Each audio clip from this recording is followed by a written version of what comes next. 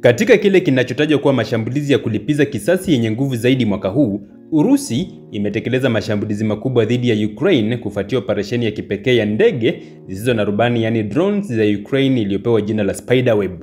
Kwa mujibu wa Wizara ya Ulinzi ya Urusi, zaidi ya maeneo 150 ya kijeshi ya Ukraine yamelengwa na kushambuliwa ndani ya muda wa saa 24.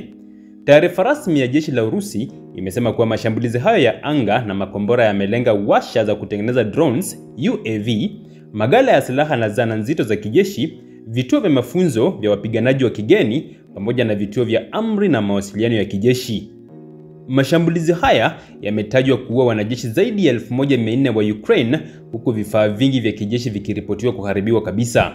Haya yote yamechochewa na operation ya kisasa ya Ukraine iliyopewa jina la Spiderweb, ambapo drones zaidi ya 100 zilirushwa kwa wakati mmoja zikipenya ulinzi wa Urusi na kushambulia vituo vya anga vya kimkakati kama Belaya, Diaghilevo, Olenya, Ukrainka na Ivanovo-Savarny.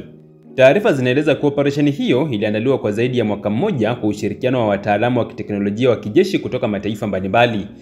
Drones hizo zilibebwa kisiri kwenye makontena ya mizigo ambazo ziliharibu au kuathiri vibaya zaidi ya ndege 40 za kivita za Urusi, ikiwa ni pamoja na Tu-95, Tu-22M3 na ndege ya upelelezi ya hali ya juu aina ya Bariv A50.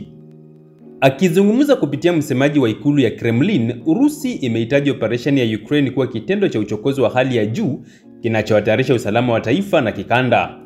Mashambulizi yaliyofuata yamedhihirisha kuwa Urusi haiko tayari kupuuza au kushindwa katika vita vya kisasa vinavyotumia teknolojia ya hali ya juu. Wachambuzi wa masuala ya kijeshi wanasema kuwa mashambulizi ya kulipiza kisasi ya Urusi yamepangwa kwa usahihi wa hali ya juu, yakilenga hasa miundombinu ya uzalishaji wa teknolojia ya kivita ya Ukraine na kuwazuia wapiganaji wa kigeni wanaosaidia Kiev.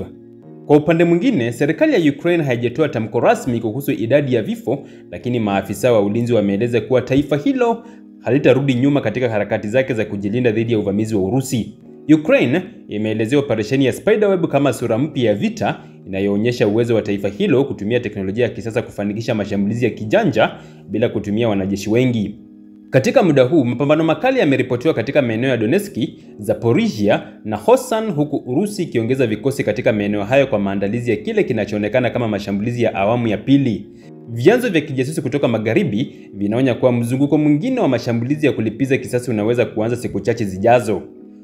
Operation ya Spiderweb na mashambulizi ya kulipiza kisasi ya Urusi ni kielelezo cha jinsi vita vya kisasa vinavyoendelea kubadilika kutoka mapigano ya wazi hadi vita vya akili, teknolojia na mikakati ya kiteknolojia hali ya juu.